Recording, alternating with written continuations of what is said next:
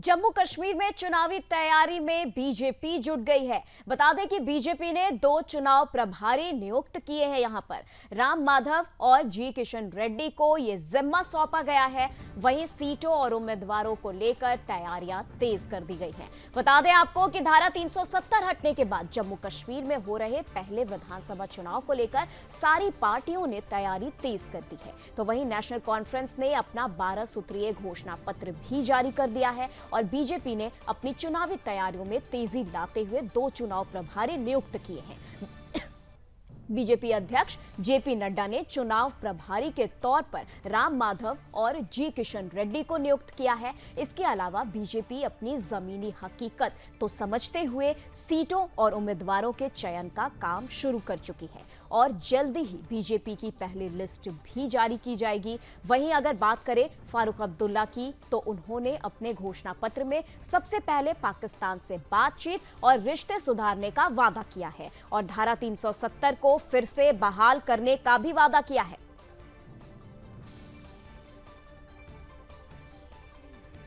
तो चलिए अब इस खबर पर तमाम जानकारी के लिए हमारे साथ जम्मू कश्मीर से संवाददाता रोहिल बशीर जुड़ चुके हैं। रोहिल जी, जानना चाहेंगे कि जम्मू कश्मीर में धारा 370 हटने के बाद ये पहला चुनाव है, ऐसे में जो सभी राजनीतिक पार्टियां हैं उनकी तैयारी क्या है? क्योंकि यहां पर नेशनल कॉन्फ्रेंस पार्टी जो है उन्होंने कहीं ना कहीं अपने घोषणा पत्र में ये बात कह दी है कि वो पाकिस्तान से रिश्ते को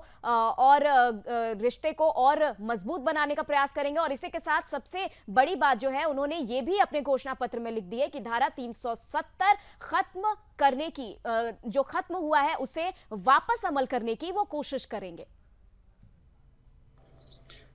देखिए निम्मी, आपको बता दूं कि जो सियासी गर्मी है जम्मू कश्मीर में वो इस वक्त जोरों पे जो है वो देखने को मिल रही है। जैसे कि कल जो नेशनल कॉन्फ्रेंस है, जो उमर अब्दुल्ला ने खुद वहाँ पर घोषणा पत्र जो है जारी किया, जिसमें उन्होंने एक बार फिर से पाकिस्तान के लिए जो अपना प्यार है उसको जाहिर किया और अपने मैनिफेस्टो में पाकिस्तान से बातचीत करने की जो वहाँ पर उसको दोहराया, इस बात को दोहराया, क्योंकि उसके फादर जो फारूक अब्दुल्ला है वो भी लगातार जो है अपने मीडिया जब भी उनकी बाइट होती थी तो उसमें पाकिस्तान का नाम दोहराते थे और पाकिस्तान के साथ बातचीत करने के लिए हर बार बोलते थे। वही पाकिस्तान के साथ वो बातचीत करने के लिए बोल रहे हैं जिनकी लगातार नीयत खराब है और लगातार आतंकवाद को यहाँ पर जम्मू कश्मीर में बढ़ावा दे रही है। लेकिन सियासी गर्मी इस वक्त हर किसी पार्टी की तरफ से काफी ज्यादा जोरों पे है। जैसा कि नेशनल कॉन्फ्रेंस ने कल घोषणा पत्र जारी किया तो वही बीजेपी भी लगातार जो है पूरी तरीके से कमर कसी हुई है और बीजेपी कहना है कि जितनी भी विधानसभा सीटें जम्मू कश्मीर में है, जिनकी संख्या 90 है, 90 पर उनके 90 कैंडिडेट्स जो है वो खड़ा किए जाएंगे। किसी के साथ कोई अलायंस जो है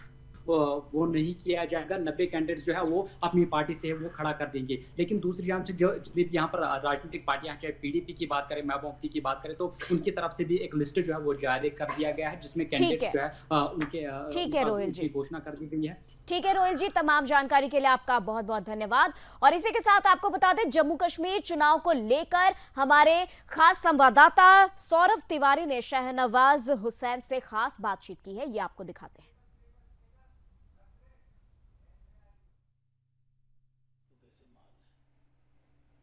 हरियाणा और जम्मू कश्मीर में विधानसभा का चुनाव का ऐलान हो चुका है। हम बात करते हैं भारतीय जनता पार्टी के वरिष्ठ नेता और प्रवक्ता शहनवाज हुसैन साहब से।